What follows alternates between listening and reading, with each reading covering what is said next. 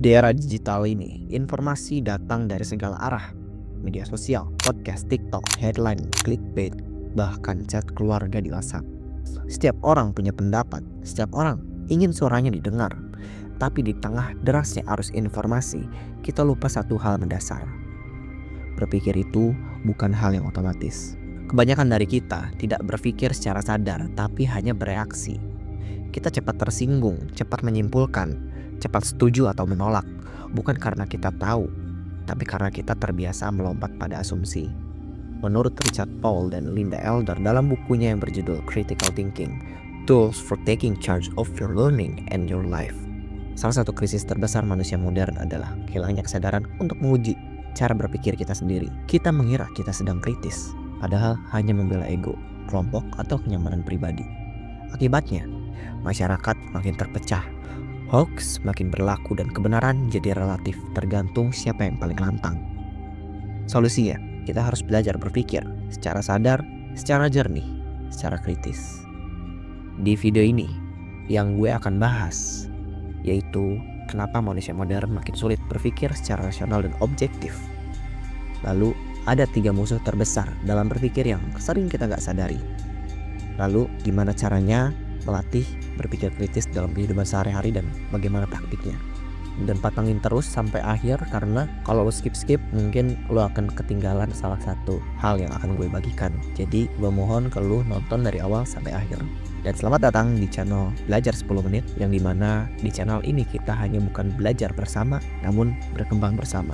Di sini kita akan bahas soal psikologi manusia dan isu sosial dari sudut pandang yang kritis dan analitis. Kalau lo tipe orang yang suka mempertanyakan segalanya dan gak puas dengan jawaban yang berseliweran di media sosial, lo lagi nonton di channel yang tepat. Kita mulai dengan satu pertanyaan sederhana. Apa bedanya orang cerdas dan orang yang berpikir kritis? Yang bisa jawab langsung aja komen di bawah. Orang cerdas bisa tahu banyak, punya memori yang kuat dan fasih dalam berbicara. Tapi tanpa berpikir kritis, dia tetap bisa salah besar. Karena berpikir kritis bukan soal seberapa banyak yang kita tahu, tapi bagaimana cara kita memproses pengetahuan itu. Richard Paul dan Linda Elder menjelaskan bahwa berpikir kritis adalah kemampuan untuk menganalisis, mengevaluasi, dan memperbaiki cara kita berpikir. Ini bukan cuma soal IQ, ini soal kesadaran diri. Kita diminta untuk aktif merefleksikan, kenapa gue harus percaya ini? Buktinya apa? Lalu asumsinya apa yang tersembunyi? Tapi masalahnya dari 3 pertanyaan itu, berpikir kritis gak datang alami. Ada 3 musuh besar yang sering bikin kita gagal dalam berpikir sehat. Yang pertama yaitu ada yang namanya egocentric thinking. Apa itu egocentric thinking? Egocentric thinking ialah ketika kita percaya bahwa sudut pandang kita pasti selalu benar, pasti paling benar. Contohnya gampang, lo lagi debat dan lo gak peduli apapun tentang argumen lawan lo, karena satu-satunya tujuan lo cuma menang, bukan cari kebenaran. Ini bukan logika, tapi ini ego. Yang kedua, ada sociocentric thinking. Apa itu sociocentric thinking? Sociocentric thinking ialah ketika kita tunduk pada pola pikir kelompok tanpa pernah bertanya kenapa. Misalnya, lingkungan kerja lo menganggap lembur itu bukti dedikasi atau loyalitas. Lo tahu itu bisa merusak mental lo, tapi lo tetap ikut karena takut dicap malas. Lo memilih diam bukan karena setuju, tapi karena takut berbeda.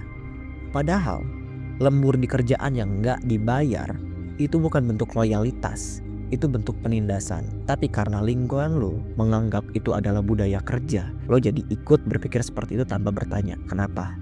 Ketiga, uncritical acceptance. Apa yang dimaksud dengan uncritical acceptance?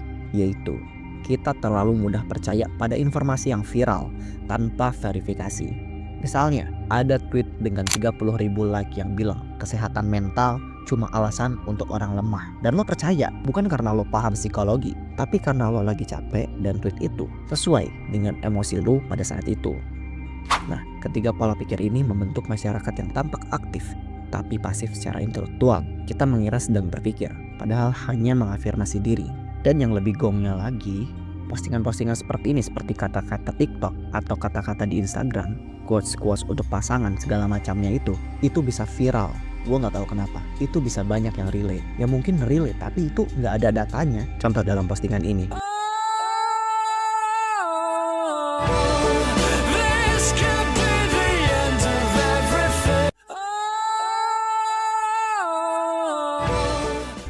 Sekilas, quotes ini terasa puitis dan relate. Tapi kalau kita bedah secara kritis, ada beberapa hal yang bisa kita kritisi dari sisi psikologis, sosial, dan logika berpikir. Pertama, generalisasi tanpa dasar. Kutipan ini menggunakan kata faktanya cowok, seolah-olah semua pria pasti menyembunyikan perasaan terhadap mantannya, dan seolah-olah itu adalah kebenaran yang universal. Ini termasuk hasty generalization. Dalam berpikir kritis, kita perlu hati-hati membedakan pengalaman pribadi dengan fakta umum tanpa data atau studi psikologis yang mendukung klaim ini. Pernyataan ini hanyalah asumsi emosional, bukan fakta ilmiah. 2. Framing toxic nostalgia sebagai permasalahan. Quotes ini menggunakan narasi yang mengglorify masa lalu, yang sebenarnya bisa menghambat seseorang untuk hadir secara utuh dalam relasi barunya. Secara kritik kognitif, ini bisa menjadi bentuk nostalgia yang disfungsional, di mana seseorang memelihara perasaan masa lalu secara pasif tanpa menyadari dampaknya terhadap masa kini. Dalam psikologi, ini bisa menjadi tanda dari unresolved attachment atau trauma emosional yang belum selesai. Ketiga, miskonsepsi tentang fakta.